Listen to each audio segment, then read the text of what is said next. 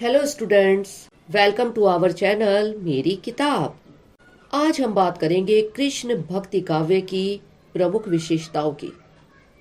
तो हमारा प्रश्न है, कृष्ण भक्ति काव्य की प्रमुख विशेषताओं पर प्रकाश डालिए। उत्तर, भारतीय धर्म साधना संस्कृति और साहित्य में श्री कृष्ण का उल्लेख प्राचीन काल से ही मिलता है। इनका भारतीय साहित्य में सबसे प्राचीन उल्लेख वैदिक और संस्कृत साहित्य में मिलता है। यहाँ श्री कृष्ण के 3 रूप मिलते हैं। नंबर 1, ऋषि एवं धर्मोपदेशक। नंबर 2, नीति विशारद क्षत्रिय राजा। तथा नंबर 3, बाल रूप और किशोर रूप में विभिन्न प्रकार की लौकिक एवं अलौकिक लीलाएं करने वाला अवतारी पुरुष। प्रथम रूप का विकास गीता में, दूसरे का महाभारत में और तीसरे का पुराणों में हुआ है। कृष्ण भक्ति का उल्लेख ईसा की 4वीं शताब्दी में मिल जाता है। बाद में बौद्ध और जैन धर्मों के प्रभाव के कारण इस भक्ति का प्रसार न हो सका। दक्षिण के आलवार संतों ने फिर से कृष्ण परंपरा को जागृत किया तथा कृष्ण भक्ति का प्रचार किया। इस परंपरा में प्रमुख नाम वल्लभाचार्य जी का आता है। उन्होंने श्री कृष्ण के लीलाधारी रूप को ही अधिक महत्ता दी, जो अपेक्षाकृत नवीन रूप था। भक्ति कालीन सगुण भक्ति पुष्टि मार्गी कवियों को श्री कृष्ण भक्ति का नया रूप प्रदान करने का श्रेय जाता है। इन कवियों में सूरदास ने मुख्य भूमिका निभाई। सूरदास से पूर्वादि काल में विद्यापति ने राधा और कृष्ण की लीलाओं का गुणगान अपनी पदावली में किया है, किंतु उनको हम कृष्ण भक्त कवि नहीं मान सकते, क्योंकि एक तो वे शैव थे, दूसरे उनके काव्य में वासना की अंधता है। कृष्ण भक्ति काव्य का प्रसार पुष्टि मार्गी संप्रदाय ने शुरू किया तथा राधा वल्लभीय संप्रदाय, गौड़ीय संप्रदाय तथा निम्रबाक संप्रदाय के कवियों ने कृष्ण भक्ति के प्रसार में अपना योगदान दिया। भक्तिकालीन कृष्ण भक्ति काव्य श्रीमद् भागवत पुराण पर आधारित है, जिसमें श्री कृष्ण के जीवन के बचपन तथा युवक पक्ष को ही इन कवियों ने अपनाया। आचार्य हजारी प्रसाद द्विवेदी जी लिखते हैं, सूरदास ने भगवान के प्रति अनन्यगामी एकांत प्रेम को व्यक्त किया। इसी अनन्यगामी प्रेम भाव को भक्ति कहते हैं।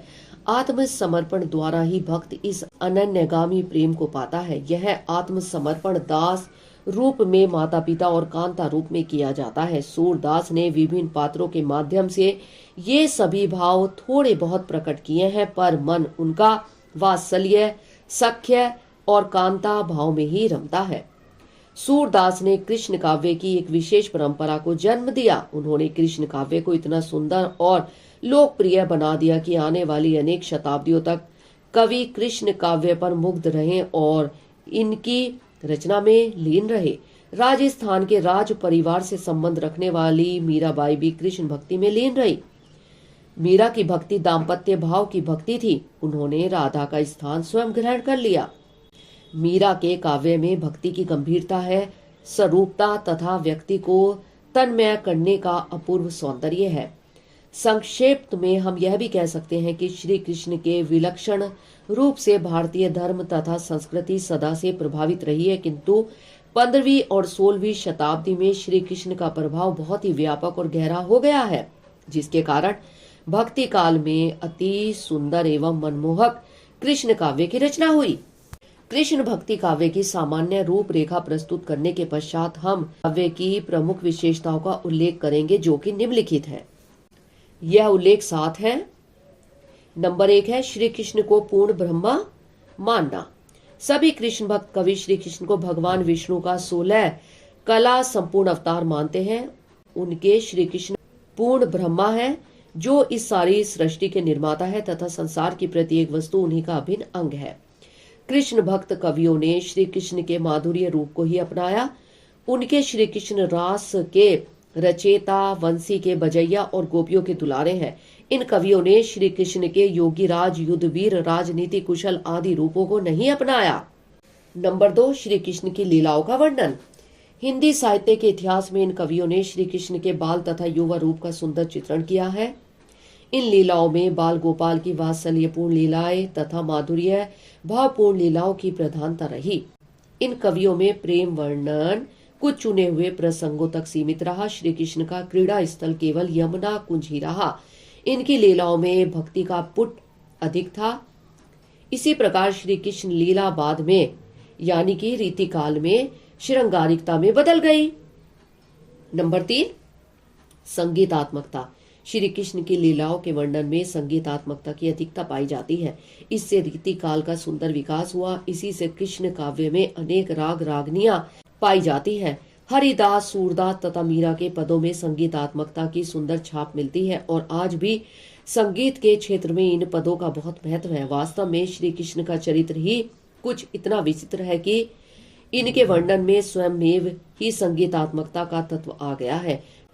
डॉक्टर हजारी प्रसाद द्विवेदी ने राधा को लिरिकल पात्र की संज्ञा दे दी है। इसी प्रकार लगभग संपूर्ण कृष्ण काव्य मुक्तक शैली में लिखा गया है। नंबर 4, विषय वस्तु की मौलिकता। कृष्ण भक्त कवियों ने जिस विषय को भी लिया उसे मौलिकता प्रदान की है। इससे पूर्व भी अनेक कृष्ण भक्त संप्रदाय प्रचलित थे और कृष्ण के संबंध में कविताएं लिखी जाती थी। इन सभी कवियों का श्री कृष्ण विषय ज्ञान भागवत पुराण पर आधारित था। भक्तिकालीन कृष्ण भक्त कवियों ने भी भागवत पुराण को ही आधार माना, किंतु इससे वातावरण के अनुकूल कुछ मौलिकता दिखाने का भी प्रयास किया। उदाहरण के लिए भागवत में श्री कृष्ण आरंभ से लेकर अंत तक अलौकिकता लिए पाए जाते हैं, जबकि कृष्ण भक्त कवियों की रचनाओं में बहुत कम स्थानों पर श्री कृष्ण में अलौकिकता दिखाई है। भागवत में श्री कृष्ण के साथ प्यार करने वाली एक गोपी का ही उल्लेख मिलता है, जबकि कृष्ण भक्त कवियों ने उसका नाम भी स्पष्ट राधा लिख दिया है। मूलतः हम कह सकते हैं कि हिंदी कृष्ण भक्त कवियों ने विद्यापति और जयदेव को आधार मानते हुए अपनी कल्पना शक्ति का पूर्ण प्रयोग किया है और अपने समय के वातावरण के अनुसार नए प्रसंगों को भी जोड़ दिया है। श्रीमद् भागवत में श्री कृष्ण के लोक रक्षक रूप पर अधिक बल दिया गया है, जबकि कृष्ण काव्य में उनके लोक रंजक रूप का ही अधिक वर्णन हुआ है। नंबर 5, श्रृंगार रस की प्रधानता। प्राय सभी कृष्ण भक्त कवियों ने माधुर्य भक्ति के कारण अपने काव्य में श्रृंगार रस का वर्णन समान रूप से किया है।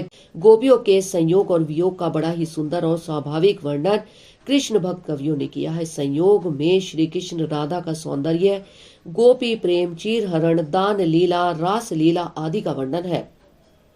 यह वर्णन स्वाभाविक और वासना रहित है। इसमें अलौकिकता पाई जाती है। वियोग वर्णन का सुंदर उदाहरण सूर के भ्रमर गीत और नंद दास के भंवर गीत में देखा जा सकता है। मीरा का वियोग वर्णन भी उच्च कोटि का बन पड़ा है। डॉक्टर हजारी प्रसाद द्विवेदी ने सूरदास के श्रृंगार वर्णन के संबंध में लिखा है कि मिलन के समय की मुखरा, लीलावती, चंचला और हसौड़ राधिका वियोग के समय मौन, शांत और गंभीर हो जाती हैं।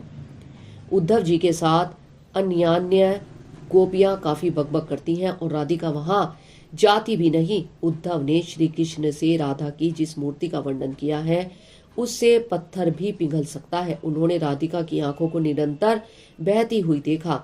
कपोल देश वारिधारा आर्द्र था, मुखमंडल पीत हो गया था, आंखें धस गई थी। प्रिया के मित्र ने जब संदेश मांगा तो वे राधा मूर्छित होकर गिर पड़ी। प्रेम का वही रूप जिसने संयोग में कभी विरहांश का अनुमान नहीं किया, वियोग में इस मूर्ति को धारण कर सकता है। आत्मानुभव होने के कारण इन कृष्ण भक्त कवियों की कविता में मधुरता, मोहकता और मार्मिकता आ गई है। नंबर 6 पर आएगा सामाजिक पक्ष। कृष्ण भक्त कवियों ने श्री कृष्ण की लीलाओं के वर्णन के साथ ही उस समय के सामाजिक पक्ष को भी नहीं छोड़ा। कृष्ण भक्त कवियों ने उस समय की धार्मिक, सांस्कृतिक एवं सामाजिक दशा का भी अपने काव्य में समावेश किया है। यथा भ्रमर गीत और भंवर गीत के उद्धव गोपी संवाद में अलखवादी, घमंडी, शरीर को बेकार कष्ट देकर साधना करने वालों का गोपियों ने परिहास उड़ाया है। वर्णाश्रम का पतन, धार्मिक विडंबनाओं और सामाजिक कुरीतियों का चित्रण भी कृष्ण काव्य में देखने को मिलता है। नंबर 7, प्रकृति चित्रण। कृष्ण काव्य भाव प्रधान है, इसी कारण इसमें प्रकृति चित्रण स्वतंत्र रूप से नहीं हुआ।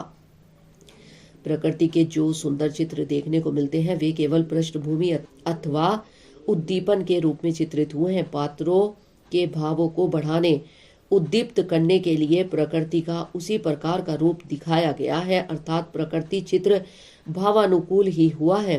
प्रकृति के कोमल, कठोर, मनोहर, भयानक दोनों रूपों का चित्रण कृष्ण काव्य में देखने को मिलता है।